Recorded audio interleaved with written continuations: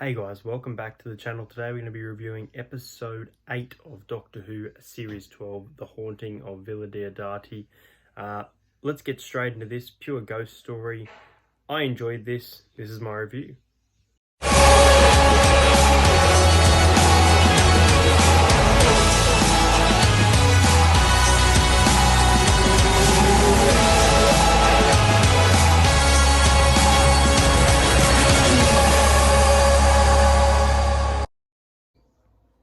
So guys, I just finished watching The Haunting of Villa Diodati and I loved it. Spoiler free. The companions weren't great in this episode, unfortunately. The Doctor was probably...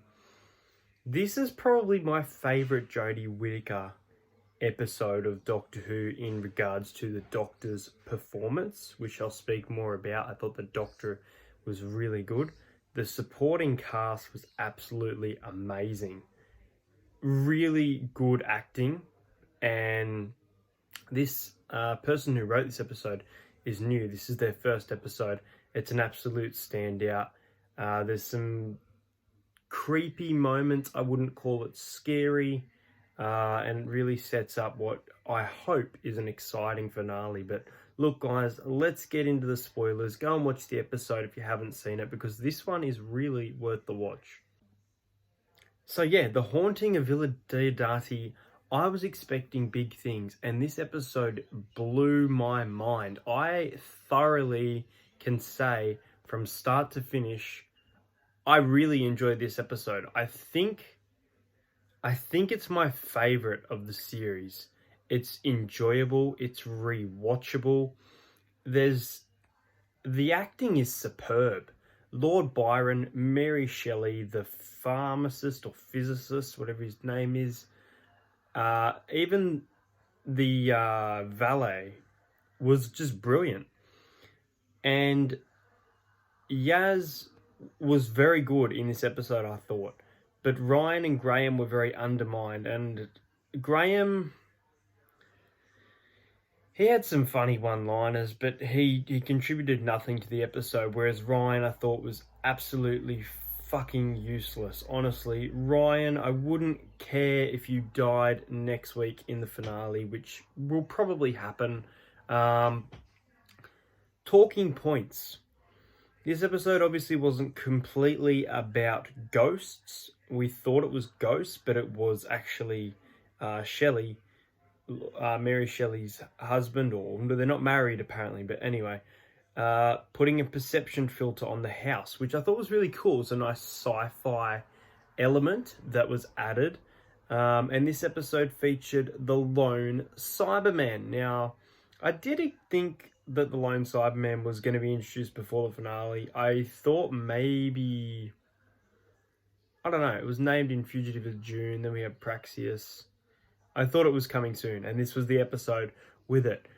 The lone Cyberman, very good design. We saw a similar design of a rusty Cyberman, but I don't think from the promotional material that we saw that it was a completely human face.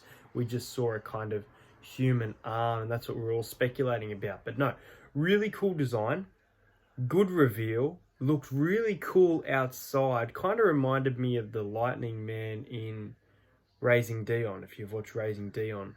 But this episode felt like, again, 2 episodes in one.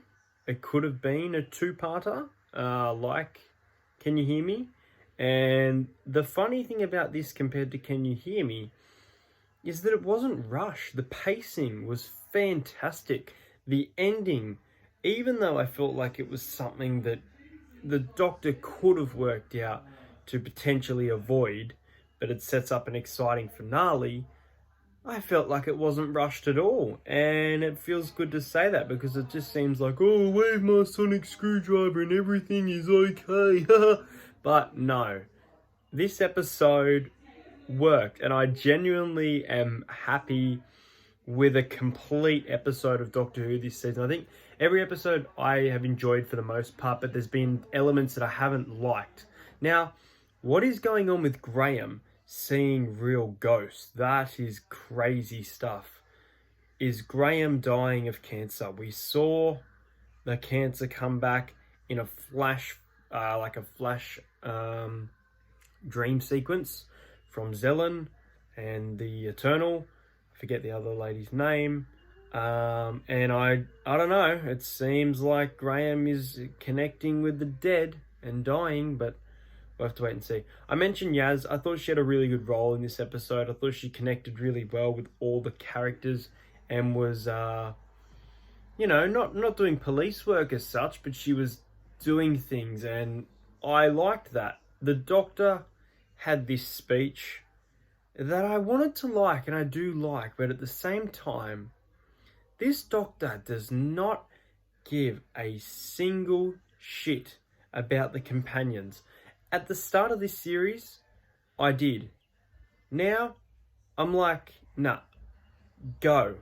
Piss off. Time to go. Ryan's acting was terrible. Honestly, I hated Tosin Cole's acting in this episode. It was probably one of the biggest lows for me, but the supporting cast was brilliant. Mary Shelley was brilliant. Lord Byron was interesting. Shelley himself had a really cool flashback scene, and as the Guardian reveal was really nice. The Cyberium looked cool, kind of like Lord of the Rings when Gollum took the ring at the water. Kind of reminded me of that.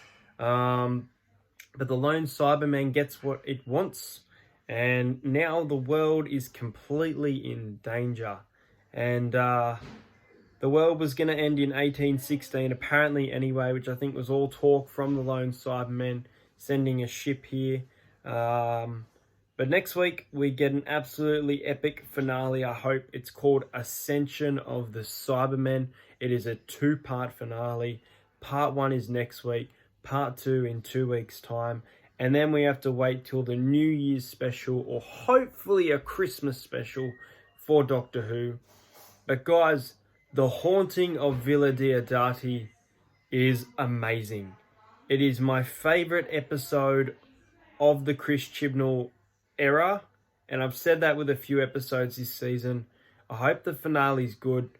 I really do think that at the time this season ends, that The Haunting of Villa Diodati will remain my favourite episode of Doctor Who, Series 11 and Series 12.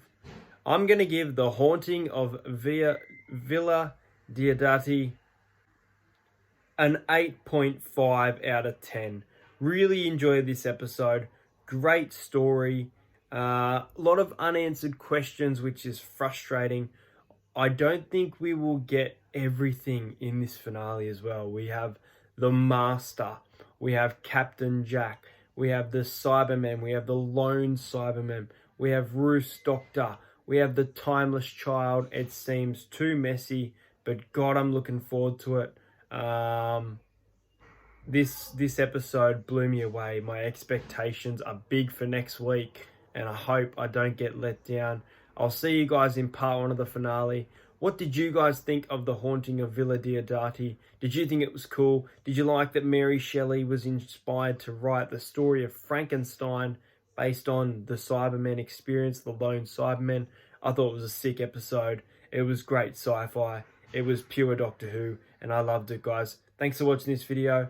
Like and subscribe, and I'll see you guys next week.